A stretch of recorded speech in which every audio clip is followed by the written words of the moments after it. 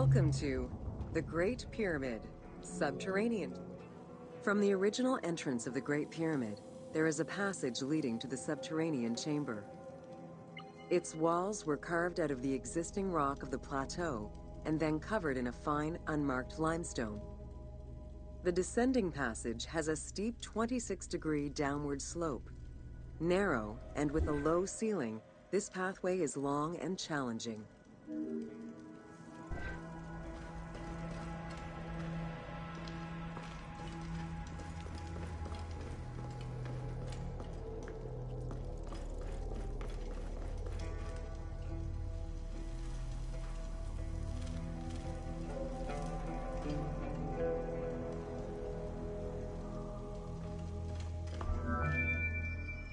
While the original passage was 145 meters long, the team reduced its length and made it both wider and higher. The main focus of the work in reproducing the location was centered upon preserving the unique claustrophobic environment of the Great Pyramid, while still allowing for a smooth game navigation. The well shaft was a 58-meter vertical passage that connected the descending corridor to the grand gallery above. An adjacent grotto may have originally been a small natural well in the bedrock that was enlarged during the tunneling. Whether the grotto was intended for another purpose is uncertain.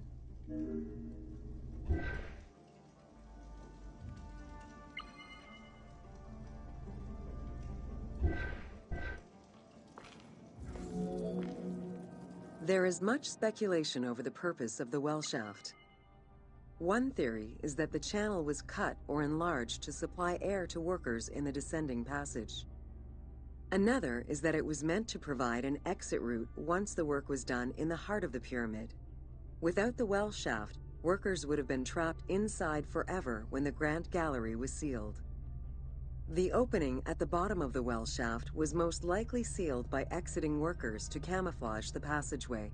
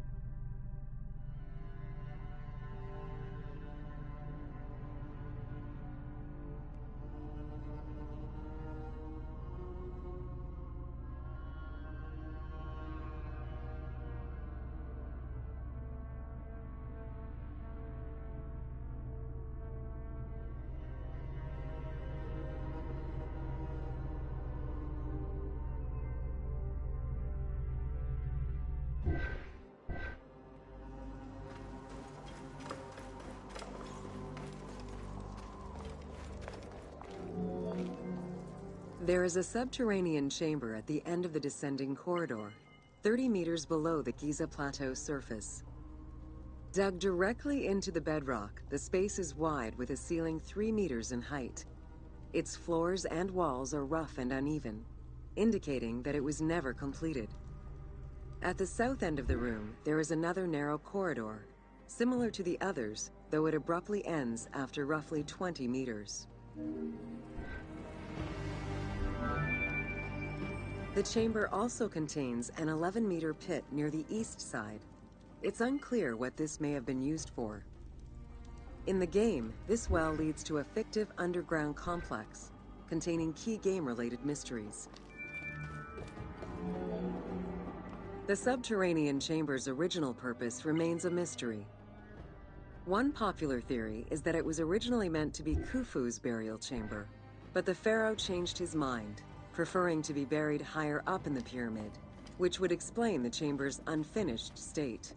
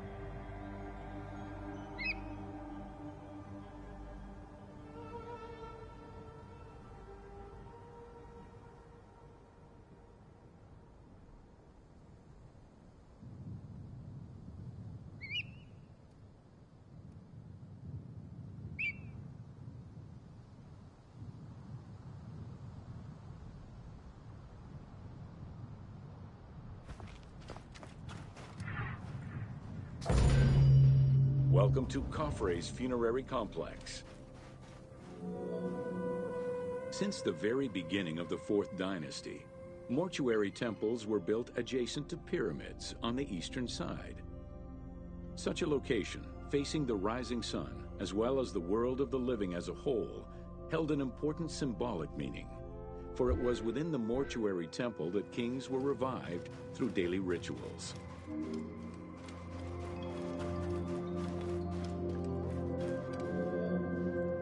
In its standard form, a mortuary temple was divided into 2 parts: a front area which consisted of a vestibule and a courtyard, and an area in the back, where all sacred elements were located.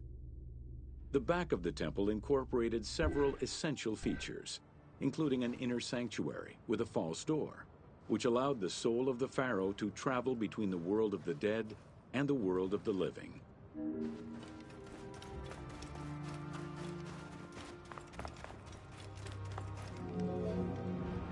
The largest of all such structures, Khafre's mortuary temple was entirely built with megalithic blocks of limestone from a nearby quarry and encased with granite.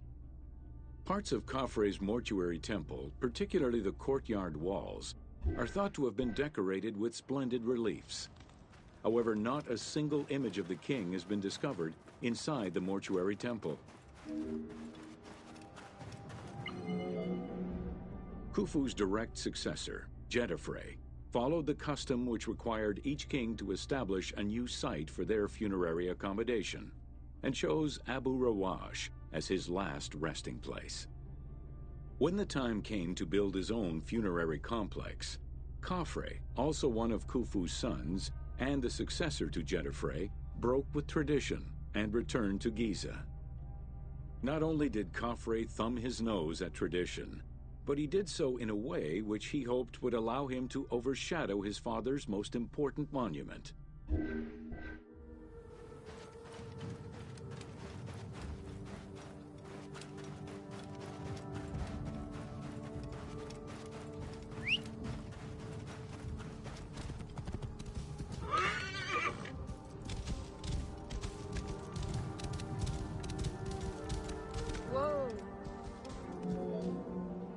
Though Khafre's pyramid is smaller than Khufu's, it was cunningly built on a more elevated bedrock layer than the Great Pyramid, making it appear higher than any other pyramid at Giza. Today, Khafre's pyramid is the only one among the three at Giza that still has the upper part of its limestone casing.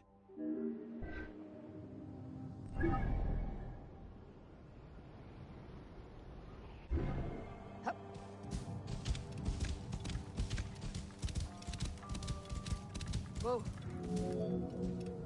Considered a most sacred area, the Giza necropolis was strictly defined, both geographically and physically. An 8-meter-thick Tura limestone wall completely surrounded the Great Pyramid. The only way inside would have been through the mortuary temple.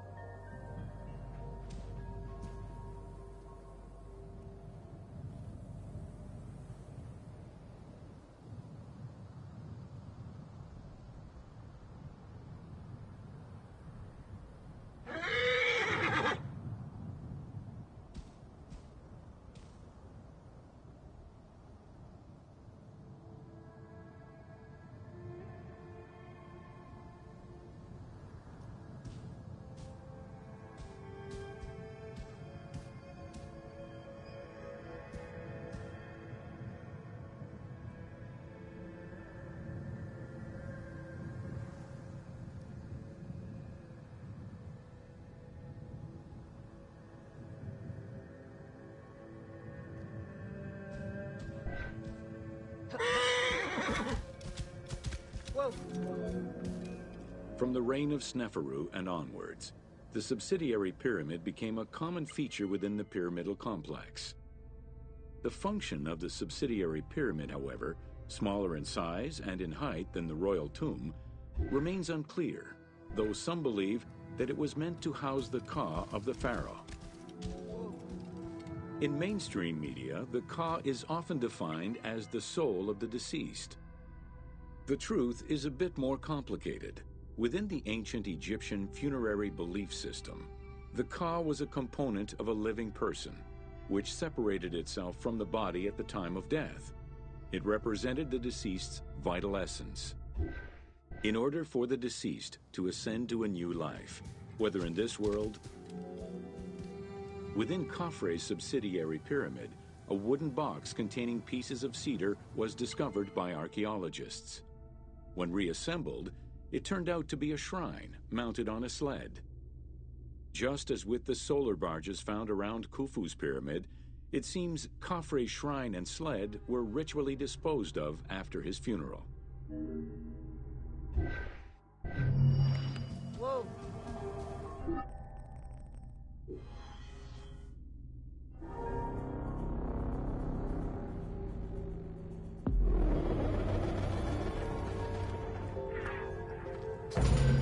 Welcome to Menkaura's funerary complex.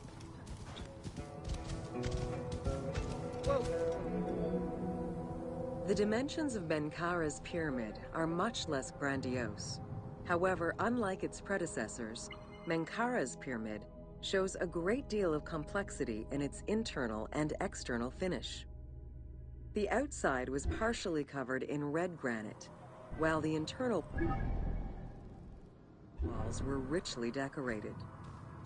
This latter innovation would not catch on until the end of the 5th dynasty, when pyramid texts began to adorn. Menkaura's pyramid contains 2 sloping passages, both located in the northern side of the structure.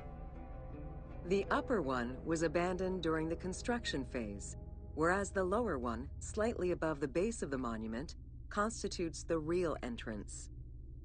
The lower passage leads to a first room, which, for the first time since the reign of Djoser, is decorated with engraved false doors.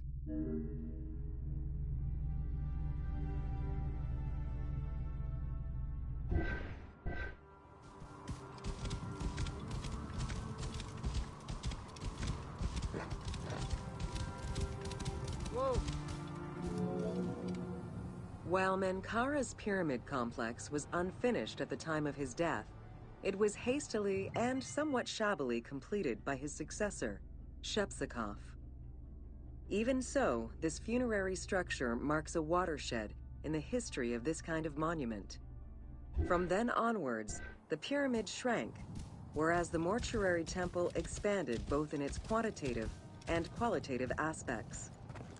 Of particular note, it is within Menkaura's mortuary temple that one can find the heaviest block of limestone ever used for a... Menkaura's causeway was completed in mud brick by the king's successor, whereas the lower part was nothing more than a simple ramp. As for the Valley Temple, it was built in 2 phases.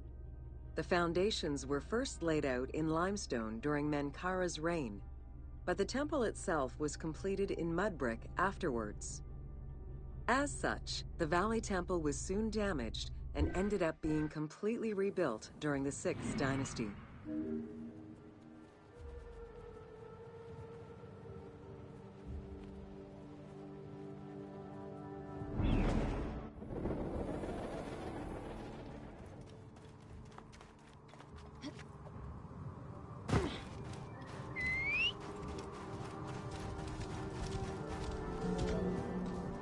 Three small structures, referred to as Menkaura's Queen's Pyramids, were erected along the southern side of the main pyramid. One of them was a smooth-faced pyramid, while the other 2 were more basic step pyramids. It is difficult to assess whether the latter were designed as such or were left unfinished with no casing to smooth out their surfaces. Whoa!